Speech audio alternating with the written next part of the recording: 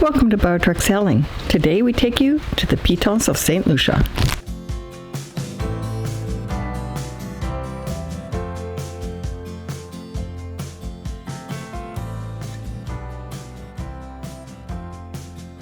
Every country has at least one landscape that defines the nation. And for St. Lucia, the twin peaks of the Pitons are that landscape. The Pitons are a UNESCO World Heritage Site. They were selected for their dramatic beauty. 2 cones of lush vegetation plunging to the ocean, with blue waters changing to turquoise at their shores. There are 168 species of fish in the coral reefs, 148 plant species with 8 rare trees on the slopes, and 27 bird species, with 5 of them endemic.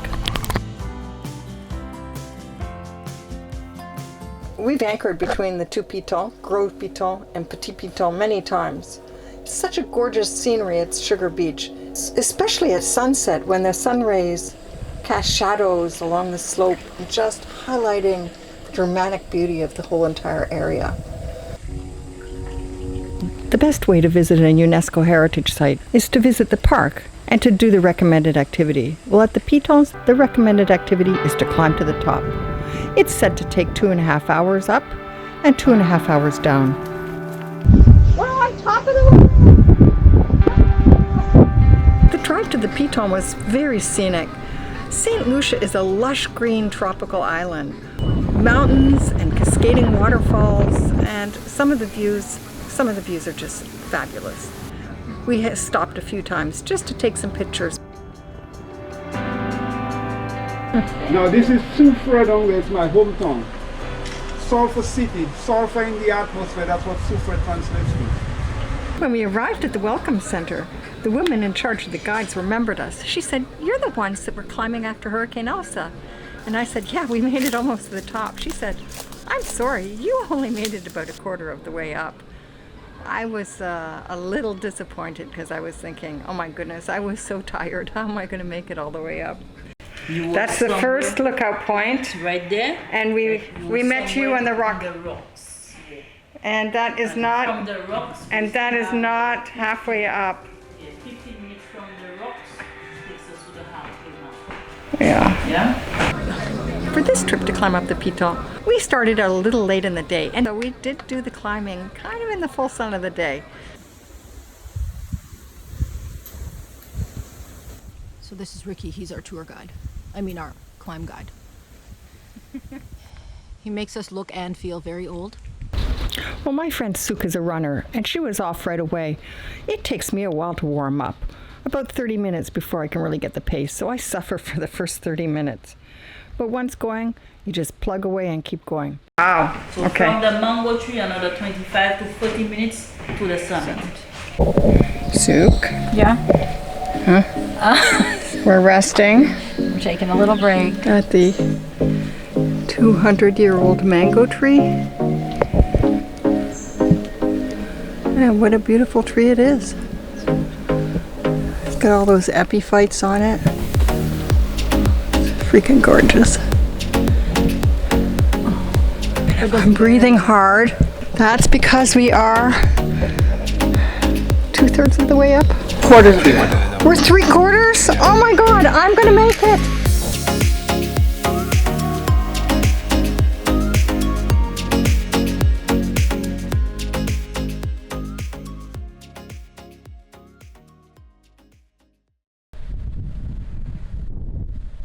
Here we are at the top of Pitons. As you can see, pretty spectacular from up here, even though it's not the clearest of days. But there's just something about being this close to the clouds.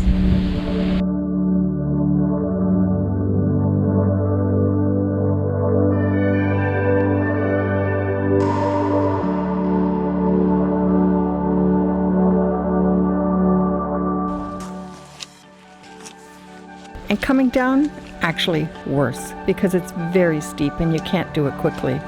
And you need to use your arms as much as your legs. UNESCO stands for United Nations Educational, Scientific and Cultural Organization. UNESCO was founded in 1945. to help protect some of the World Heritage Sites that are important to preserve. Heritage is our legacy from the past, what we live with today, and what we pass on to future generations. Our cultural and natural heritage are both irreplaceable resources of life and inspiration. There are UNESCO sites all over the world, and as we sail around the world, we plan to visit as many as possible. So we rehydrated with a ton of liquid, and now we're treating ourselves to this. You dragged me up there. I didn't drag you. No, you suggested it, and I said I was going Yes. to do it. But cheers, we made it. Cheers, we made it. And we're back on the boat, chilling out in loungewear. Just the headshots. And let's do the debrief. Okay. So What would we do? Well, first of all, thank God you brought some snacks. I would not have made it to the top without the snacks, especially the salty salami. yeah. And the other thing is on board BioTrek, we drink our own water, which is great when you're eating food and stuff during the day, but when you're sweating like that, you really should be putting some salt and sugar in the water, and I forgot, so the snacks saved us. Yeah. We had some salty salami, you made some hummus Yes. sandwiches with tomatoes, and we just kind of stopped and ate. Yeah.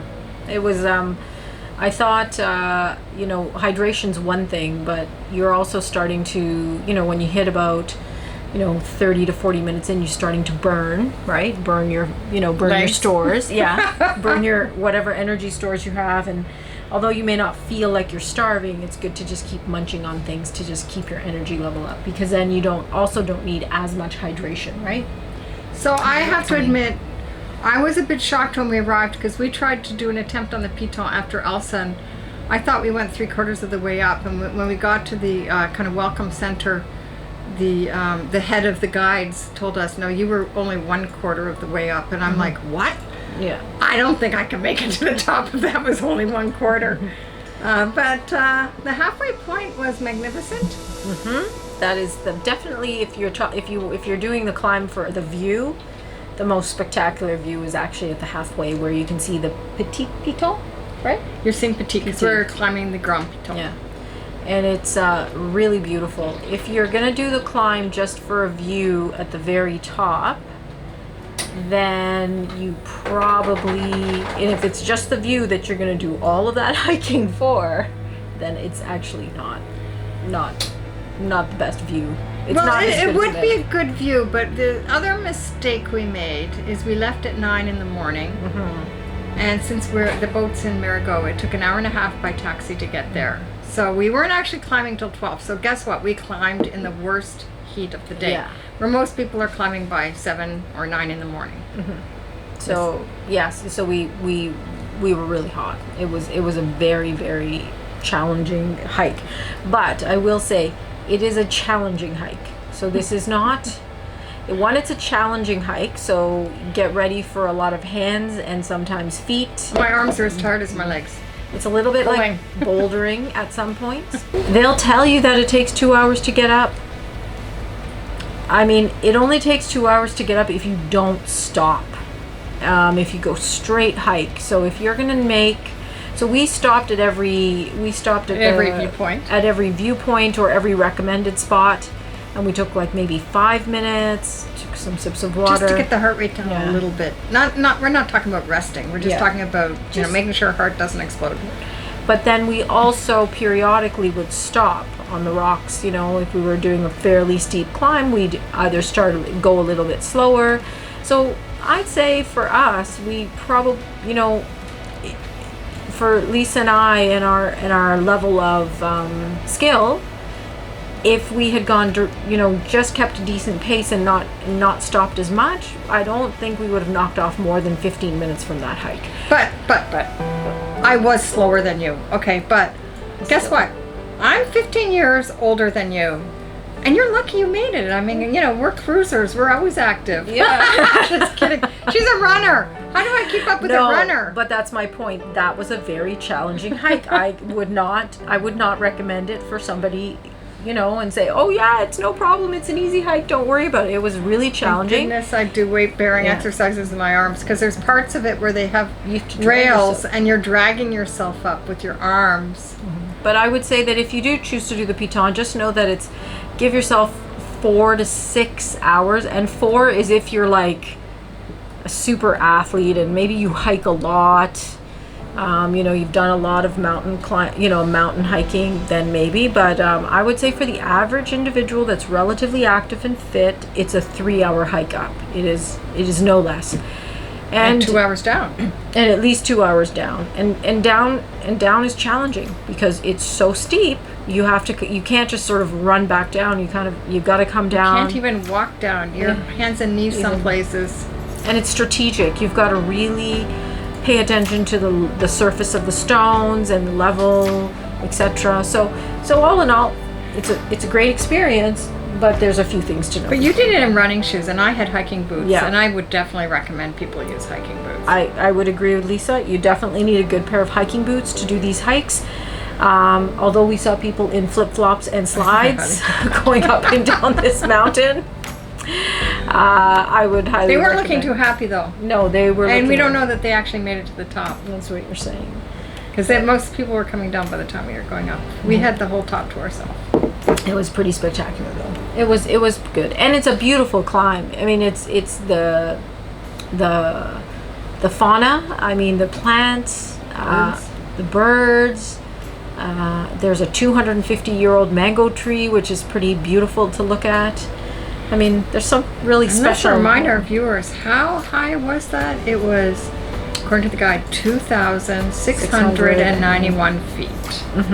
So it's a pretty high peak. I think, because I'm not a big hiker, I think, in terms I don't do mountain climbing. Yeah.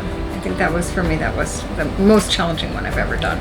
Yeah, me myself as well. I'd say most challenging, and it's 2 miles straight up. I mean, it's not. No, it 2 miles straight up it's pretty challenging. There's very little wrapping around. It's mostly up. Yeah, it's mostly up. There's a little bit of switchback, but the switchbacks are steep, so it doesn't make a difference. It's steep. It's pretty steep. Okay, cheers again. Cheers to Pitons. Pitons. Pitons.